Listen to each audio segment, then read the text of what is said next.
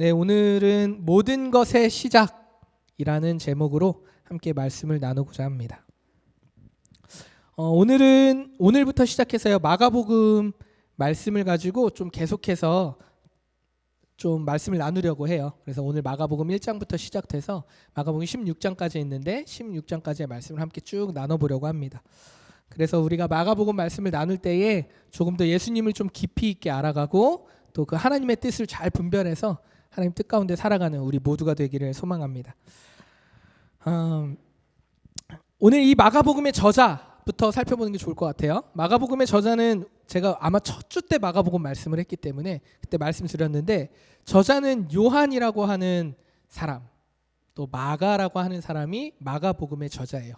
이름이 두 개예요. 왜냐하면 요한이라고 하는 유대식의 이름이 있고요, 마가라고 하는 로마식의 이름을 가진 마가 요한이라고 불리는 사람이 오늘 마가복음의 저자입니다.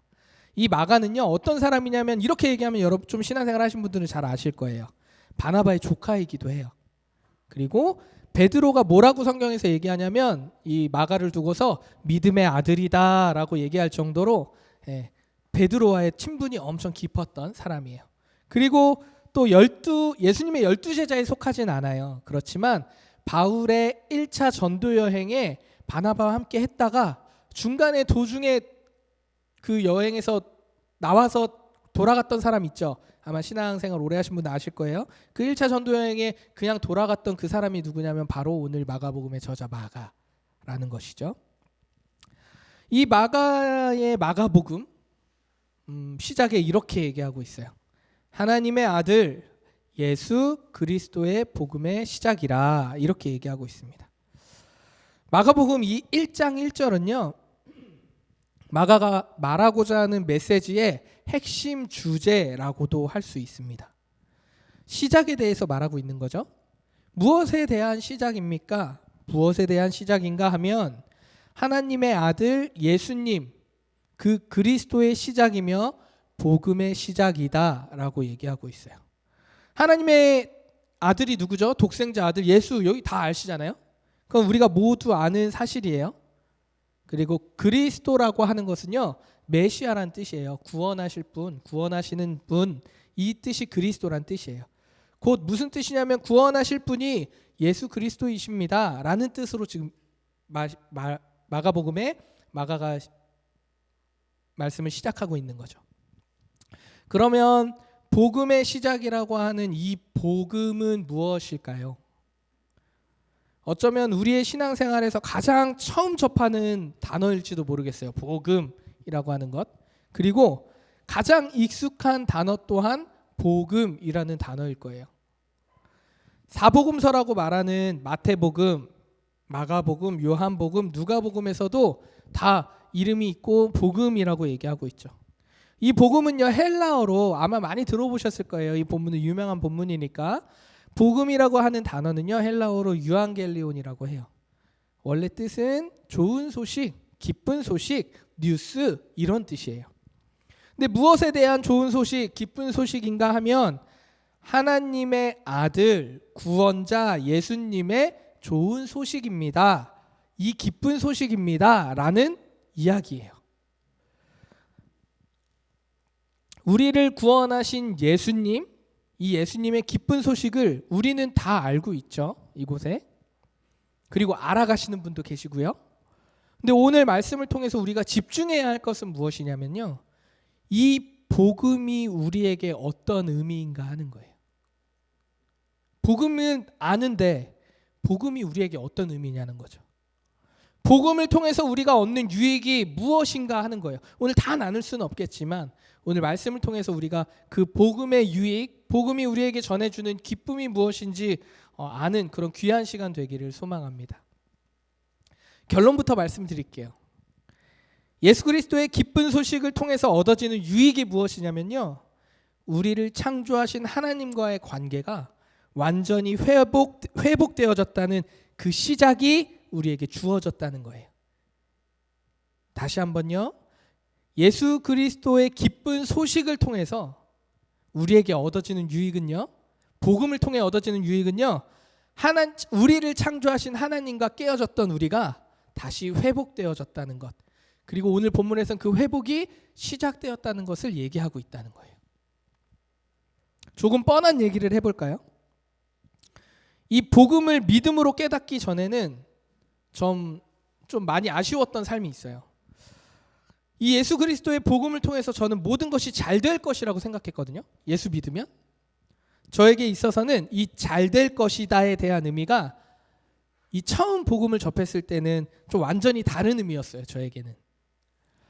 저는 학부를 현대기독교 음악과를 나왔거든요. 노래를 전공했어요. 아시겠죠, 다? 실기를 보고 짧은 면접도 보아야 해요. 여기 뭐 찬양이나 나래 같은 경우는 저 학교 후배기도 한데 짧은 면접을 봐요. 근데 그 면접 때 뭐 다 같은 질문을 하는지 모르겠는데 뭐 제 앞뒤 선후배들은 대부분 이 같은 질문을 받은 것 같아요. 이 과를 지원하게 된 동기가 무엇이냐? 이 질문이었어요. 현대 기독교 음악과인데 저는 되게 자신 있게 당당하게 자랑스럽게 대답을 했죠. 뭐라고 대답했냐면 하나님께 영광을 올려드리기 위해서 지원했습니다. 틀린 말은 아니잖아요. 진심이었어요. 그거 진짜 진심이었거든요. 학교 면접 볼 때 현대 기독교 음악과고 하니까 뭐 여러분이 잘 아시는 강명식 선생님도 앉아 계시고 강명식 교수님 음악사님이죠. 앉아 계시고 질문하시면 하나님께 영광을 올려드리기 위해서 지원했습니다. 이렇게 얘기를 했었거든요. 진심이었어요. 제 노래를 통해서 좀 더 예수님을 전하고 싶은 마음이 간절했었거든요. 그때. 근데 이 간절함과 함께 하나의 마음이 제 안에 또 있었거든요. 그게 무엇이었냐면 나는 하나님의 영광이 되기 위해서 최고로 노래 잘하는 사람이 되어야 해. 나는 하나님의 영광이 되기 위해서 노래를 그 누구보다 잘해야 해. 내가 좋아하는 김범수, 김현우 같은 가수가 되어야 해. 그 정도는 돼야지 하나님의 영광이 되고 그 정도의 영향력이 있지 않을까? 라는 생각을 했어요. 아마 이런 영향력 정도 가지면 하나님의 계심을 살아계심을 모든 사람에게 내가 전할 수 있지 않을까? 이렇게 생각했어요. 하나님의 영광이 되는 삶을 살고자 하는 그 마음은 저는 진심이었지만 그 삶이 어떠한 삶이 되어야 하는지에 대해서는 복음의 참된 의미는 잘 몰랐어요. 그것이 뭐 잘못됐다 할 수는 없겠죠. 하지만 그때는 그랬어요. 하나님과 깨어졌던 관계가 회복되어지는 예수 그리스도의 그 좋은 소식, 복음을, 이 복음의 소식을 통해서 저는 승승장구할 거라고 생각했거든요. 내 삶이 언제나 잘 될 거라고 생각했어요. 이것이 24살의 어린 청년이 가졌던 순수한 열정입니다. 그런데 복음은요, 우리에게 이 세상을 살면서 우리가 생각하는 그런 기쁨, 잘 된다고 생각하는 잘 되는 것, 좋은 것을요 가져다 줄 수도 있지만 가져다 주지 않을 수도 있어요. 왜냐하면요, 복음은 보여지는 것에 대한 이야기이기 이전에 우리의 정체성에 대한 이야기이기 때문이에요. 내가 누구인가? 나는 어디에 속하였는가? 이것에 대한 이야기이기 때문에 우리가 잘 된다라고 얘기하는 것들이 올 수도 있고 안 올 수도 있다는 거예요. 근데 확실한 것은요, 복음을 통해서 하나님을 깊이 있게 알아가면요, 나의 정체성이 회복하는 이 과정들을 겪잖아요. 그러면서 나의 삶을 바라보는 관점이 달라집니다. 신실하신 하나님의 자녀되는 우리 올디너리 성도 여러분, 늘 삶 속에서 복음을 경험하게 되시기를 축복합니다. 그래서 그 복음의 경험이 너무 벅차서 내 삶을 바라볼 때 하나님의 시선으로 내 삶을 바라보게 되는 그런 놀라운 일들이 우리 가운데 가득하기를 소망합니다. 오늘 이 복된 소식을 전하는 사람이 있어요. 마가가 적고 있어요. 바로 누구냐면 세례 요한을 얘기하죠. 마가가 직접 본 건 아니에요. 마가는 뭐 바나바의 조카라고 얘기했으니까, 베드로의 믿음의 아들이라고 얘기했으니까 대충 감이 오죠. 어렸어요. 예수님이 돌아가실 때쯤에 마가는 나이가 어린 아이였어요. 11살, 10살, 채 어린 아이였을 거예요. 그렇지만 베드로와 늘 같이 함께하면서, 바울과 함께하면서, 그 12제자와 함께하면서 계속 듣고 보고 자랐던 것들을 있는 그대로 적은 것이 바로 마가복음이에요. 그래서 오늘 마가가 이렇게 얘기하고 있죠. 복된 소식을 전하는 사람이 있습니다. 근데 그거는 이사야 선지자를 통해서 구약에서부터 전해오던 그것이 성취되어서 복음을 전하는 사람이 있어요. 그게 누구냐면 세례 요한입니다 라고 얘기하고 있는 거죠. 오늘 마가복음의 저자도 아까 제가 얘기 드렸잖아요. 마가 요한이라 불리고 또 지금 말씀드리는 요한도 세례 요한이에요. 다른 사람이에요. 헷갈리시면 안 돼요. 당시에 뭐 요한이라는 이름은 워낙 흔하고 하기 때문에 그렇게 겹칠 수 있지만 다른 사람입니다. 다른 복음서에서는요, 예수님의 탄생과 더불어서요, 세례 요한의 탄생도 다루고 있어요. 다른 복음서, 뭐 오늘 마가복음서 다른 곳에서는. 근데 오늘 본문 마가복음은요, 세례를 주는 요한의 모습부터 등장하고 있어요. 예수님의 탄생은 나오지 않죠. 그래서 만약에 이 부분에 세례 요한이나 예수님의 탄생이 조금 더 제가 잘 알고 싶습니다 하시는 분들은 누가복음 1장에서 3장까지를 좀 읽어보시면 세례 요한의 탄생에 대해서도 좀 깊이 있게 알아볼 수 있을 겁니다. 한번 읽어보시면 좋을 것 같아요. 세례 요한은요, 제사장인 사가랴의 아들이에요. 그래서 하나님 뜻 안에서 사명을 받은 사람이었어요. 오늘 본문 읽은 2절과 3절에서도 말하고 있지만 이 사명은 어떤 사명이냐면요, 주의 길을 준비하고 주의 오실 길을 곧게 하는 것, 이것이 그리고 광야에 외치는 자의 소리라고 하면서 이 사명을 받은 사람이 누구였냐면, 이사야 선지자의 사명을 그대로 이어서 성취한 사람이 누구였냐면 바로 오늘 세례 요한이라는 것이죠. 세례 요한에게 있어서 주님의 길을 준비하는 것은 무엇이었냐면요, 많은 사람들에게 회개의 세례를 주는 거예요. 그리고 예수 그리스도에 대하여서 전하는 것이 세례 요한의 사명이었습니다. 근데 오늘 여기서 재밌는 게 있어요. 세례면 세례지 왜 본문에서 회개의 세례라고 말하고 있을까? 정확하게 회개의 세례라고 얘기하고 있거든요. 왜 그럴까? 세례면 세례지, 세례 받았다 하면 되지. 그렇게 말하는 데는 이유가 있습니다. 당시 유대 문화에서는 세례를 받는 것이 마치 유행처럼 되어 있었어요. 세례는 하나님 없이 살았던 자신의 삶을 돌이켜서 내가 하나님의 뜻에, 하나님 관계가 회복되는 것이 복음이라고 했잖아요. 그래서 그 복음에 반응해서 내가 하나님 뜻대로 살겠습니다라고 마음을 돌이키는 것이 회개하는 것이고 세례받는 거예요. 근데 이것의 이 본질을 잊고서 마치 유행처럼 그냥 죄만 고백하면 되는 것처럼 돌이킴이 하나도 없는 세례만 받는 것이 이 당시에 되게 많은 유행처럼 번졌던 문화였어요. 그렇게 요한의 세례는요, 회개의 세례라고 하여서 많은 사람들이 요한에게 와서 죄를 자복하고 실제 삶을 돌이키고자 세례를 받는 사람들이 많았습니다. 그런 세례 요한의 모습이 6절에 나타나죠. 6절입니다. 요한은 낙타털 옷을 입고 허리에 가죽띠를 띠고 메뚜기와 석청을 먹더라. 좀 생뚱맞지 않아요? 세례를 주는 막 줬다. 막 많은 사람들이 온 유대와 예루살렘에 많은 사람들이 와서 요한에게 세례를 받는데 갑자기 생뚱맞게 요한은 낙타털 옷을 입고 허리에 가죽띠를 띠고 메뚜기와 석청을 먹더라. 뭔가 좀 이상하잖아요. 갑자기 왜 생김새를 왜 얘기해요? 너무나 생뚱맞게 세례 요한의 행색을 설명하고 있습니다. 근데 이게 이해가 되지 않을 수도 있어요. 근데 당시 기술의 발전이 없다고 할지라도요, 요한의 행색은요, 가난한 사람들, 당시 문화에서 가난한 사람들이 입은 옷차림과 비슷해요. 물론 광야에서 오랜 시간을 보냈거든요. 이제 어느 정도 사가랴의 아들로 이렇게 잘 자라다가 광야에서 계속 생활해요. 그러다가 광야에서 하나님의 메시지를 받고, 이게 누가복음에 있는 말씀이에요, 여러분. 그래서 한번 꼭 읽어보세요. 그러다가 메시지를 받고 이제 세례를 전하기 시작하는 거죠. 주의 길을 곧게 하는 일을 하는 거예요. 근데 그런 요한이 이제 행색이 좀 누추한 거죠, 당시의 문화로. 그리고 요한의 먹는 음식이 메뚜기와 석청이래요. 우리는 메뚜기를 즐겨 먹지, 메뚜기 먹어보신 분 계세요? 없죠. 메뚜기는 잘 안 먹으니까 잘 모르겠지만 우리는 되게 거부감이 있잖아요. 메뚜기를 어떻게 먹어? 막 이렇게 하잖아요. 그렇지만 성경에서 레위기에는요, 정한 음식, 부정한 음식 이렇게 얘기하잖아요. 그런 제사들 드릴 때 그 정한 음식에 속하는 것 중에 하나가 메뚜기였어요. 그리고 석청은 꿀입니다. 그러니까 정리하면요, 세례 요한은 입는 것, 먹는 것, 당시 시대를 살아가던 사람들과 어떤 모습이 구별된 모습이라는 거예요. 이 모습조차도 당시 사회 문화를 거슬러서 하나님 뜻 안에서 살아가는 모습을 요한은 보이고 있었던 거죠.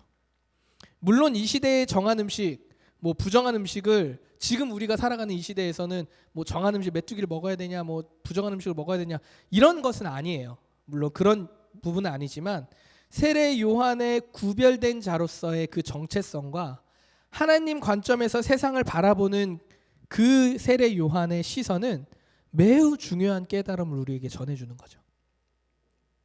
보여지는 것이 다가 아니라는 것이에요. 정말 하나님을 믿고 복음을 접한 자의 삶은 좀 다르다는 거예요. 어쩌면 초라하고 가난해 보이는 사람이 그리고 오랜 전통에서 전해오는 하나님이 정하지 않다, 부정하다 하는 음식을 계속 지키면서 광야에서 생활하던 사람이 갑자기 세례를 막 줘요. 회개의 세례를. 그리고 이 뱀 같은 놈들아, 제대로 삶을 돌이켜서 세례를 받고 하나님을 찬양해야지. 너네 왜 그렇게 살아? 막 이렇게 얘기하고 있는 거예요. 보편적으로 생각하면 그게 좀 사람들이 관심이나 가졌겠어요? 뭐야? 지가 하는 게 뭐 있다고 이렇게 했을 거 아니에요. 세례를 받고 싶지 않았을 수도 있을 것 같아요.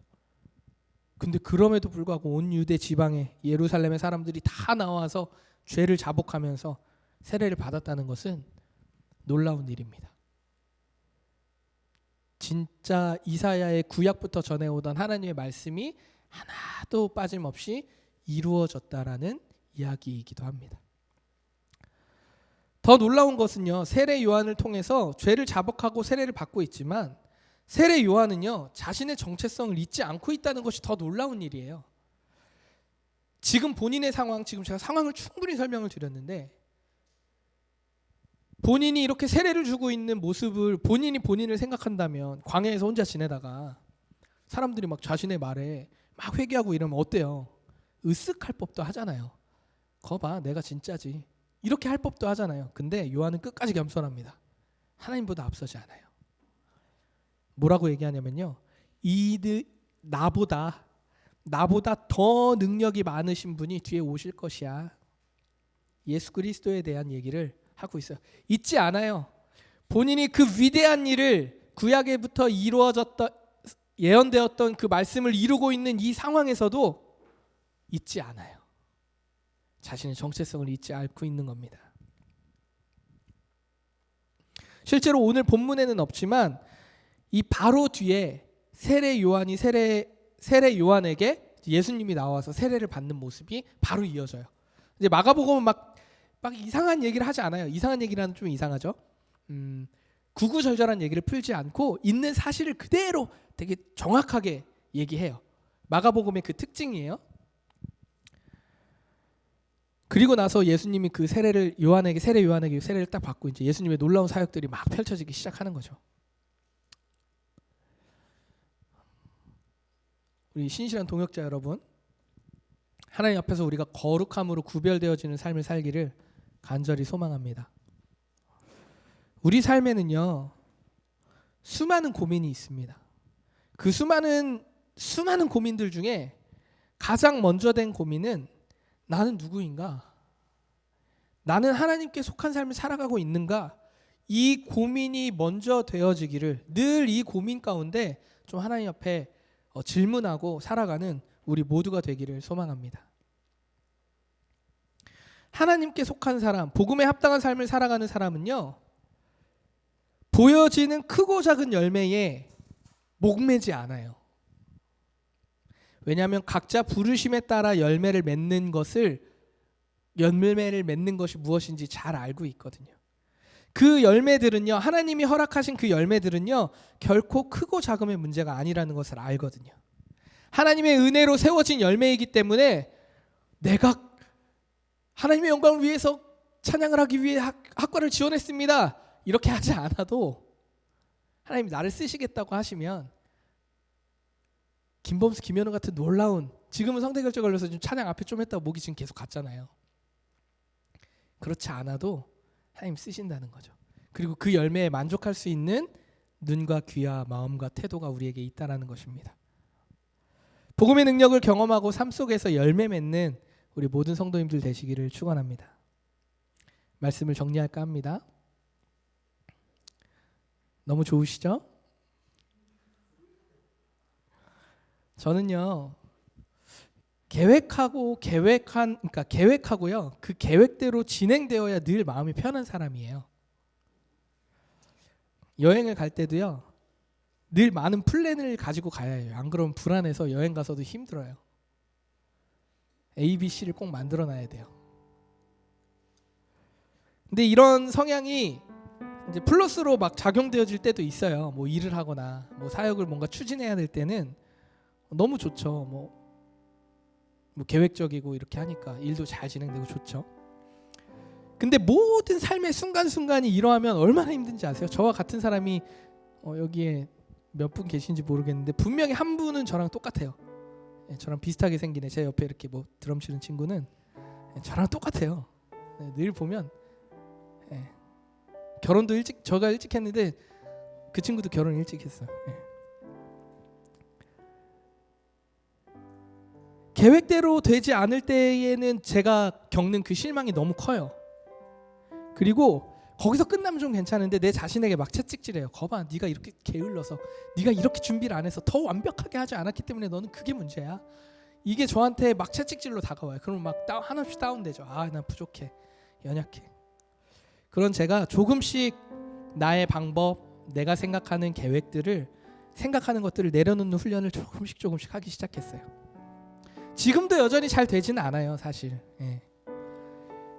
조금만 마음을 내려놓으면요, 언제든지 마치 기본값으로 돌아간 디폴트 값처럼 다시 돌아가요. 자꾸 의식해서 나는 누구인가, 내가 하나님 속한 자인가, 이런 걸 계속 묻지 않으면 다시 돌아가더라고요. 그렇게 오래 한 3년 했는데도 안 되더라고요. 참 자유함 가운데 하나님 안에서 이런 성향이 적재적소에 잘 활용되면 너무 좋을 텐데 이게 아직 자유롭지가 않아요. 이런 성향의 제가 이제 2주 전에 줌 예배 제 실수로 설교 영상 지웠다고 제가 얘기 드렸잖아요.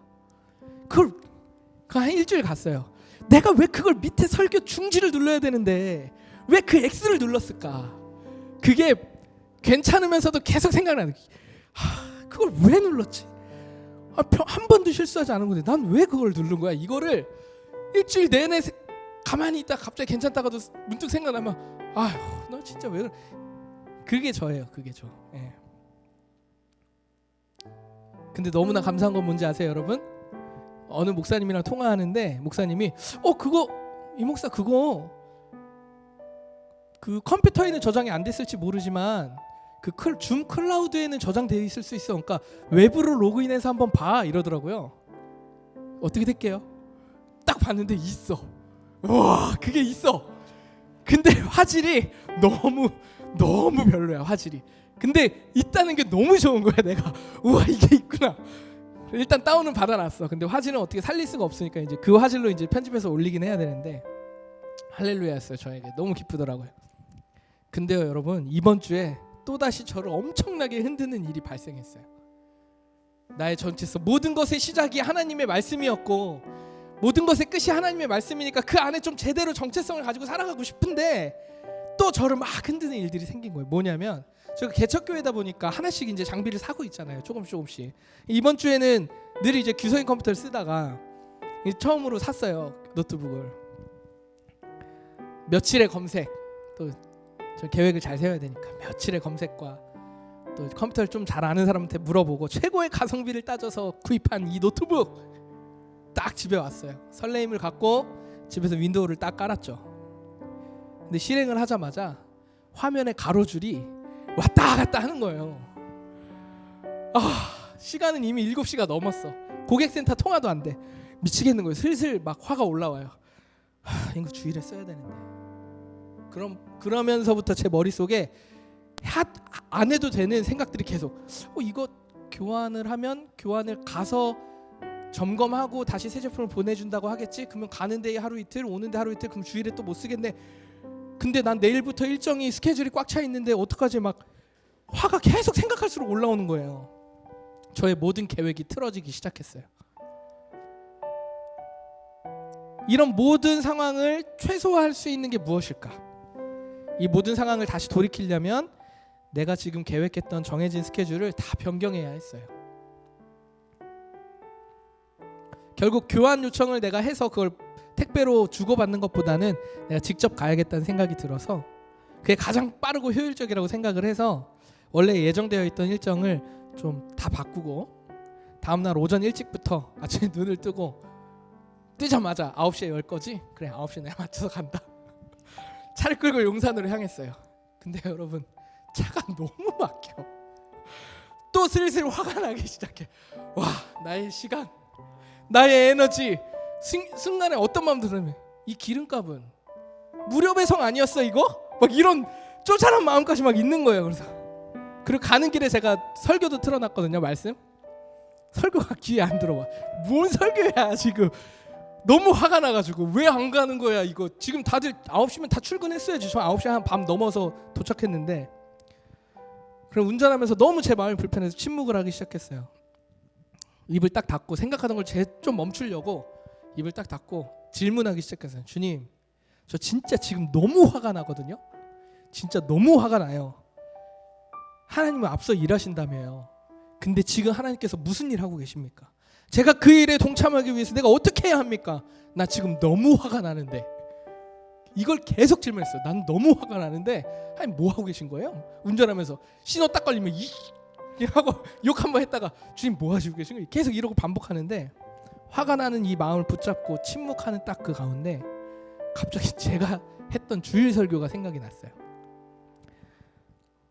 사랑하는 여러분, 한 주 동안 수많은 사람을 만나실 텐데 만나실 때 경청해 보시길. 그것이 하나님의 뜻인 줄 알겠습니다. 그래서 나래가 뭐 찬양이의 남편의 이야기를 좀 경청해 보겠다고 했었잖아요. 근데 갑자기 그 말이 확 기억이 나는 거예요. 사실 제 마음속에 어떤 마음이 있었냐면 가서 내가 이것저것 논리적으로 화내지 않고 진짜 무섭게 따져야지 이 생각을 하고 있었거든요. 먼저는 AS 센터에 가져가야 돼요. 노트북을 바로 교환도 안 돼. AS 센터에서 불량 판정을 받고 그걸 다시 판매처로 가야 돼요. 그럼 가는 곳마다 제가 다 따지려고 했어요. 원래 너무 화가 나니까. 근데 하나님이 그 마음을 아셨는지 주일 말씀이 생각나게 하시더라고. 경청하라고. 그래서 운전하면서 마음을 다시 잡고 그래 그냥 가서 교환만 잘 받으면 되지. 그냥 아무 말 없이 디스플레이 문제입니다. 교환하러 왔습니다. 딱 필요한 말만 하고 내가 그냥 돌아오자. 그래서 AS 센터에 딱 도착했어요. 1번이야. 너무 좋은 거야. 일단 거기부터 뭔가 좋았어. 번호표 딱 뽑았는데 1번이야. 그러면서 교환 여기 디스플레이 고장 났습니다. 그래서 교환증 받으려고요 했더니 15분 만에 교환증이 나왔어요. 너무 좋은 거야. 갑자기 뭐지? 그리고 그걸 그대로 판매처까지 갔어요. 판매처에 딱 갔어요. 판매처에 가서도 교환하러 왔습니다. 이 얘기를 딱 드렸더니 이 말만 딱 내뱉었는데 판매처 직원이요 너무 친절하게 너무 죄송하다면서 막 저를 맞이하는 거예요. 여기까지 오시느라 어떻게 진짜 저희가 이런 부분은 진짜 고객님들께 죄송하다 생각이 되고요. 진짜 너무 죄송합니다. 여기까지 오셨는데 계속 이러시는 거예요. 마음이 순식간에 다 녹아버렸어. 그래 하나님 주신 마음을 먹으니까 이렇게 되는구나. 순간 남아있던 앙금이 다 사라진 거예요. 기분이 너무 좋더라고요. 근데 여기서 더 기분 좋은 건 뭔지 아세요 여러분? 그 직원이 진짜 죄송해서 어쩌죠? 혹시 스킨 필요하세요? 키보드 스킨 가죠. 주시면 좋죠. 그랬더니 스킨을 챙겨주더라고요. 그러더니 혹시 마우스 패드는 안 필요하세요? 주시면 좋죠. 그랬더니 마우스 패드를 챙겨줘요. 그러더니 뭐 더 드릴 게 없을까? 혹시 마우스 필요하세요? 네, 마우스 주시면 좋죠. 이랬더니 3개를 다 챙겨줬어. 너무 좋더라고요. 마음이. 아무 말 안 했거든요. 저 진짜 이 선물로 마음이 좋아졌다는 게 아니고 여러분 오해하지 마세요. 잘못 적용하면 안 돼. 이 선물 때문에 내가 좋아졌다는 게 아니고 그 마음의 작은 결정들이 하나님의 선하신 열매를 보게 했다는 거예요. 사실 제가 나쁜 마음을 먹었어도 그 판매하는 사람들이나 그 사람들은 자기 할 일을 했을 거 아니에요. 그냥 서비스 줬을 거 아니에요. 미안하니까 줬을 거 아니야. 근데 내가 그렇게 하나님 앞에 마음을 먹으니까 그 사람도 뭐 미안한 마음에 서비스를 했을지 모르겠지만 그 사람도 나의 말에 고마워하는 그리고 분내지 않는 그 저의 모습을 보고 편했을 거 아니에요. 저 역시도 물론 가는 50분 중에 한 40분 정도는 화를 내면서 갔다가 막판 10분에 마음을 잡았지만 그래도 제 마음이 하나님이 주신 이 선하심을 경험하게 됐구나, 내가 이 열매를 맺는구나, 이 생각을 한 거 아니에요.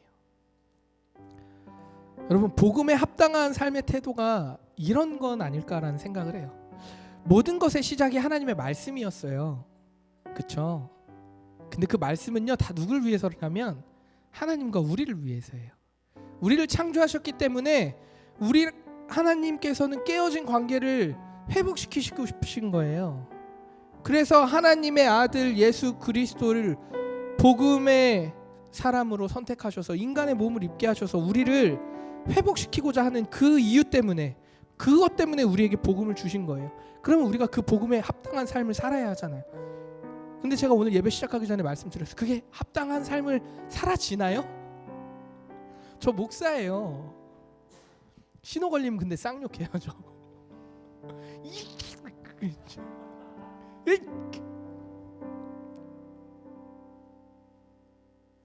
그렇게 살기가 정말 쉽지 않아요. 근데요, 오늘 이와 같다는 거예요. 우리는 크고 큰 열매를 맺길 원해. 맞아요, 큰 열매도 너무 귀해요. 근데요, 운전하다가 침묵하고 에이 경청하라 그랬으니까 경청만 해봐야지, 요거 하나 했더니 그 하루가 너무 좋은 거예요. 그날 진짜 아침부터 밤까지 풀 스케줄이었거든요.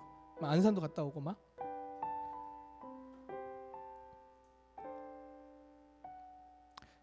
사실 살다 보면요, 기본값처럼 우리의 죄성인 것 같아요. 자연스럽게 나의 유익만 먼저 생각해요. 내가 이득만 되는 걸 먼저 생각하게 돼 있어요. 저도 그래요. 저도 사실 양보하고 조금 부족해도, 양보하고 조금 부족해도 우리가 좀 그래 좀 배려하고 이렇게 살아야 된다는 거 알아요. 그게 더 행복한 일이라는 것도 알아요. 그리고 내가 조금 부족하지만 나눠줘도 아무 일 일어나지 않는다는 거 우리도 잘 알아요. 그런데요, 사회가 만들어 놓은 이 탐욕의 가치들에 우리가 너무 많이 상처를 받았어. 그렇게 선하게 살아보니 진짜 바보밖에 안 되는 느낌이 너무 많은 거야. 우리의 인생의 수많은 일들 가운데. 그러니까 복음에 합당한 삶의 태도가 무엇인지 너무나 아는데 그렇게 사는 것에 결정하는 게 너무 어렵고, 그러다 보니까 선택을 하나하나 안 하게 되고, 그러다 보니까 이제는 큰 선택만 해야 되는 줄 아는 거예요, 우리가. 근데 여러분 기억하십시오. 모든 것의 시작이 무엇입니까? 하나님의 말씀이었어요. 모든 것의 끝도 하나님입니다. 이 얘기는 하나님께서 인도하시는 거예요. 우리의 삶을 선택하셨어요. 종명이를 선택하셨어요. 지은이를 선택하셨고요. 재욱이를 선택하셨어요. 어떻게 선택하셨냐면, 종명아 너는 정말 전 세계를 뒤엎는 큰 열매를 맺어라. 성준아 너는 다른 사람 할 수는 없죠. 성준아 너는 작지만 정말 본질과 기쁨이 가득한, 작지만 나의 가치를 이어갈 수 있는 그 열매를 맺어라.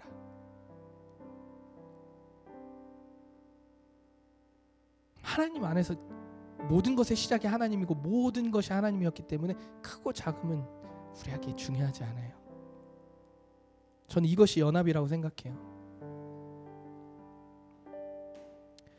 사랑하는 올디너리 성도 여러분, 우리가 세상에 속한 자가 아니라 하나님께 속한 자임을 믿으시길 바랍니다. 하나님 안에서 열매 맺는 것은요, 각자의 부르심에 따라 달라요. 그것을 비교하고 평가하지 마세요. 우리 자녀들 양육할 때 그렇게, 우리 부모님한테도 그렇게 듣고 자랐잖아요. 근데 우리가 살아보니까 그게 바보 같은 거야. 근데 우리 그게 진실이에요. 하나님 안에 우린 다 존귀하기 때문에 열매의 크기가 달라요. 좀 더 가진 자는 나눌 수 있고요, 가지지 못한 자는 나름대로 할 수 있는 열매들이 분명히 있습니다. 이 말을 한번 예를 들어볼까요? 지방에서 아직도 전도지 나눠주고 목회하시는 목사님들은 목회 실패한 겁니까? 그분들에게는 하나님이 역사하지 않으셔서 은혜가 없는 거예요? 아닐 거예요. 우리가 다 알지 모르지만 그분 삶 가운데 기쁨이 있을 것이고, 그분 삶 가운데 은혜가 있다고 고백하실 거예요. 우리가 대화 나눠본 적도 없고, 그래서 그런 거지. 각자의 부르심의 뜻이 있습니다. 여러분 믿으시길 바랍니다. 그리고 이것들 가운데 비교하고 평가하는 게 아니라 서로가 그 열매의 나눔들을 할 때, 열매의 기쁨을 나눌 때에 하나님께서 비로소 살아 역사하시는 거예요. 믿으십니까? 예. 자, 그럼 이제 여러분들에게 또 한 주간 살아갈, 여러분이 끊임없이 질문해야 될 질문을 한번 더 줘볼게요. 여러분 삶 속에서 하나님의 부르심에 그 합당한 삶이 되기 위해서, 모든 것의 시작과 끝이 되시는 그 하나님을 내가 믿으니까, 그 하나님을, 예수 그리스도를 따라 살기 위해서 살고 싶은데 그 합당한 삶을 방해하는 것이 무엇입니까? 그 합당한 삶을 살고 싶고 살아야 된다는 것도 아는데 방해하는 것이 무엇입니까, 여러분? 한 주간 놓고 기도하시고 결정하시고 아주 작지만 노력해 보세요. 저처럼요. 제가 잘했다는 게 아니고 이걸 말할까 말까 고민을 많이 했어. 나의 연약함이니까. 근데 얘기하는 게 참 좋겠다는 생각이 들었어요.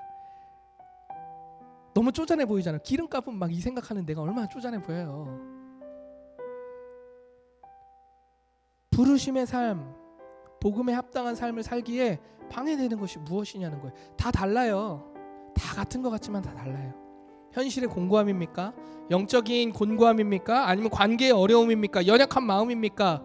의지박약입니까? 그 어떤 것입니까? 그 무엇이든 하나님 앞에서 구하시기를, 그리고 이루시는 하나님임을 믿으시길 축원합니다. 하나님께 기도할까요?